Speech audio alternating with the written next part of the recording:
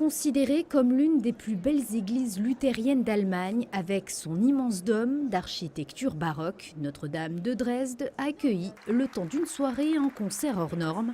L'événement aura permis de remettre les prix européens de la culture et de réunir de nombreuses personnalités, telles que la diva grecque Nana Mouskouri, l'acteur allemand Daniel Brühl ou bien encore le ténor polonais Piotr Beczala. Le souverain, au nom de la Fondation Prince Albert II, a été honoré pour son engagement en faveur de l'environnement. Je suis extrêmement heureux et flatté que la Fondation puisse être reconnue comme cela par nos amis allemands, mais aussi conjointement avec un autre grand monsieur qui fait beaucoup pour l'écologie et pour aussi cette lutte contre les pollutions plastiques, Frank Schweikert, avec lequel la Fondation est en collaboration depuis plusieurs années. Mais écoutez, je crois que ça n'est qu'une... Bien sûr, ce n'est qu'un prix, mais c'est un prix quand même qui me touche et qui me fait penser que tous ensemble, avec la Fondation, nos partenaires et tous ceux qui sont proches de la Fondation, que nous sommes sur le bon chemin et que nous essayons d'apporter notre contribution à cet effort global pour l'environnement. Le professeur Klaus Topfer, fondateur et ancien directeur de l'Institut d'études avancées en développement durable, a présidé cette prestigieuse soirée.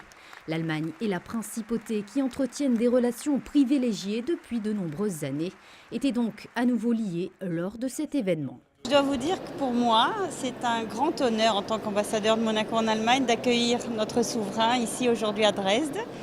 Je trouve que c'est un signe des Allemands pour montrer l'attachement qu'ils ont envers les actions du souverain et son engagement dans la lutte pour le changement climatique et également pour la préservation des océans. Et je trouve que la meilleure récompense et la meilleure preuve de cela, c'est le prix qu'il a reçu ce soir, le prix européen de la culture, en honneur de ses actions et de ses engagements. La branche allemande, qui fait partie des 8 pays représentatifs de la Fondation Prince Albert II depuis 2009, s'est réjouie de pouvoir à nouveau accueillir le souverain sur ses terres. Nous sommes très heureux de le recevoir ici en tant que la branche allemande, puisque le prince est au cœur de nos activités. Il est vrai, sans le prince, rien ne va, même ici en Allemagne, et non seulement à Monaco, mais ici en Allemagne également, parce que c'est très attirant ce qu'il propose comme